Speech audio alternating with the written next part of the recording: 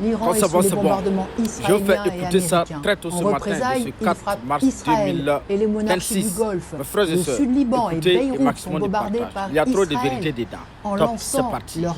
L'Iran est sous les bombardements israéliens et américains. En représailles, il frappe Israël et les monarchies du Golfe.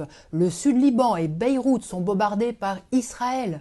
En lançant leur guerre contre l'Iran, Trump et Netanyahou ont mis tout le Moyen-Orient à feu et à sang. De nombreux Iraniens se sont réjouis de la mort de leur bourreau, à commencer par celle d'Ali Khamenei, qui a été tué dans les premières heures de cette guerre. Et on les comprend.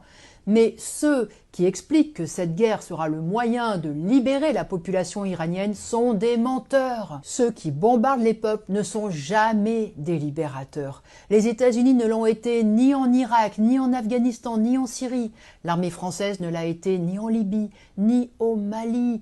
Parce que leur but n'est pas de défendre les peuples, mais de les soumettre par les armes à la loi de l'impérialisme. En Iran, les États-Unis veulent avoir un régime à leurs bottes, comme ils le veulent à Cuba, au Venezuela, en Amérique latine, au Groenland, comme ils le voulaient aussi en Ukraine, ce qui a entraîné cette guerre sans fin avec la Russie. Cette nouvelle guerre contre l'Iran est une étape de plus dans le cheminement vers la guerre généralisée. Et nos propres gouvernants apportent leur contribution à l'engrenage guerrier, puisqu'avec Merz et Starmer, Macron vient de proposer ses services aux États-Unis pour mener, comme ils ont dit, des actions défensives contre l'Iran.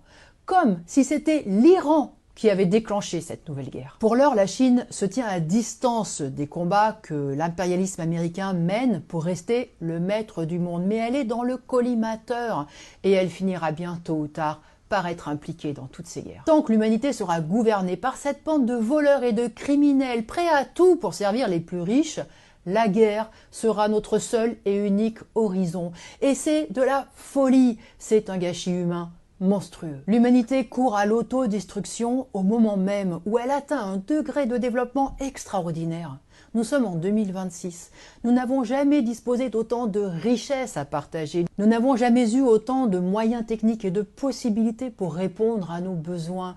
Les savoirs et les progrès accumulés permettent au peuple de communiquer, d'échanger, de coopérer par-delà les mers, par-delà les océans. Mais c'est guerre sur guerre, destruction sur destruction et cadavre sur cadavre, parce que ceux qui dirigent sont aveuglés par l'accumulation insensée de richesses, par leur course au profit et par leur rivalité. Nous voyons arriver la guerre depuis des mois, sinon des années. Tous les pays se réarment, à marche forcée. L'arsenal qui s'accumule atteint une puissance et un degré